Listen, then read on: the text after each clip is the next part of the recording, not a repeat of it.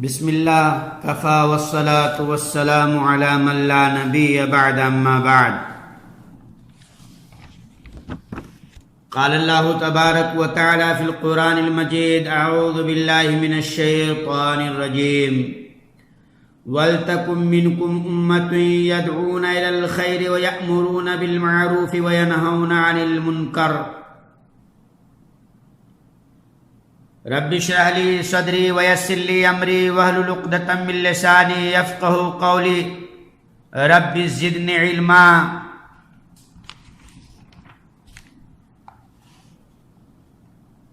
محترم سامعین و سامعات،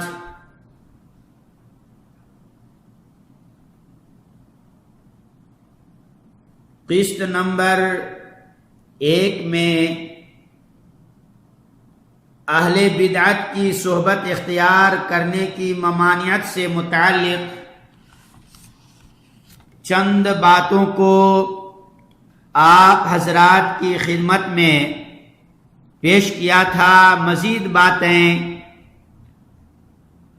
آج کی نشست میں سماعت کیجیے. ابو ایوب سختیابی سے مروی ہے، وہ فرمایا کرتے تھے کہ بدعتی اپنی بدعت میں جتنا زیادہ گھستا چلا جاتا ہے اتنا ہی وہ اللہ تبارک و تعالی سے دور ہو جاتا ہے. اور وہ مبتدع کو خوارج کہتے تھے اور فرماتے تھے کہ خوارج نام میں تو مختلف ہیں لیکن تلوار کے حلال ہونے میں متفق ہیں. دیکھیے الاعتصام للشاطبی جلد نمبر 1 صفحہ نمبر 83. میرے اسلامی بھائیوں اور بہنوں، اسی طرح یحییٰ بن کثیر نے فرمایا کہ جب کسی راستہ میں بدعتی سے تمہاری ملاقات ہو جائے تو تم اپنا راستہ بدل لو. علماء کرام نے ان ساری اقوال سے، علماء کرام کے ان سارے اقوال سے یہ واضح ہو جاتا ہے کہ مبتدع کی صحبت اختیار کرنا یا ان کے ساتھ بیٹھنا، ان کو خیر کی طرف دعوت دینے اور ان کے سامنے حق کو بیان کرنے، نیز ان کے شکوک و شبہات کو دور کرنے کی غرض سے ان کے ساتھ مناظرہ کرنے سے مختلف ہے.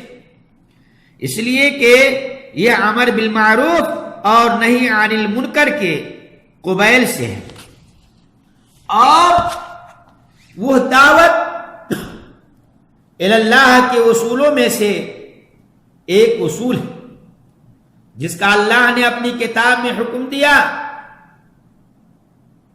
جیسا کہ میں نے حمد و صلات کے بعد سورہ آل عمران آیت نمبر 104 کی تلاوت کی، جس کا ترجمہ یہ ہے: تم میں سے ایک جماعت ایسی ہونی چاہیے جو بھلائی کی طرف بلائے اور نیک کاموں کا حکم کرے اور برے کاموں سے روکے. اور اللہ کے رسول صلی اللہ علیہ وسلم نے تمام مسلمانوں کو حسب طاقت یہ فریضہ انجام دینے کا حکم دیتے ہوئے ارشاد فرمایا: من رأى منکم منکرا فلیغیرہ بیدہ فإن لم یستطع فبلسانہ فإن لم یستطع فبقلبہ وذلک اضعف الایمان. رواہ مسلم. تم میں سے جو کوئی منکر کام ہوتے ہوئے دیکھے تو اس کو چاہیے کہ اپنے ہاتھ سے روکے. اگر ہاتھ سے روکنے کی طاقت نہ رکھے تو اپنی زبان سے روکے. اور اگر اپنی زبان سے نہ روک سکے تو اپنے دل سے ناپسند کرے، اور یہ ایمان کا کمزور ترین درجہ ہے۔ محترم سامعین و سامعات، تو علماء سے مبتدی کی مجلس میں بیٹھنے کی جو ممانعت وارد ہوئی ہے، اس کا مطلب یہ نہیں ہے کہ علماء کتاب و سنت انہیں خیر کی طرف نہ بلائے اور نہ ان کے ساتھ مناظرہ کریں، اور اس غرض کے لیے بھی ان کی مجلس سے قریب نہ ہو، بلکہ اس سے ان علماء کا مقصد ان لوگوں کے متعلق اپنے خوف کا اظہار ہے جو اپنے نفس سے ان بدعتیوں کے شکوک و شبہات کو دور کرنے کی استطاعت نہیں رکھتے، اور جن کے نتیجے میں ان کے دل پر ان بدعتیوں کی باتوں کا اثر ہو جاتا ہے، جیسا کہ ابو قلابہ کے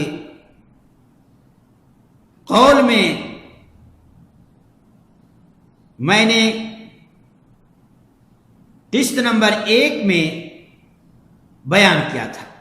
اللہ تعالیٰ سے دعا ہے کہ اللہ تعالیٰ ہم تمام مسلمان بھائیوں کو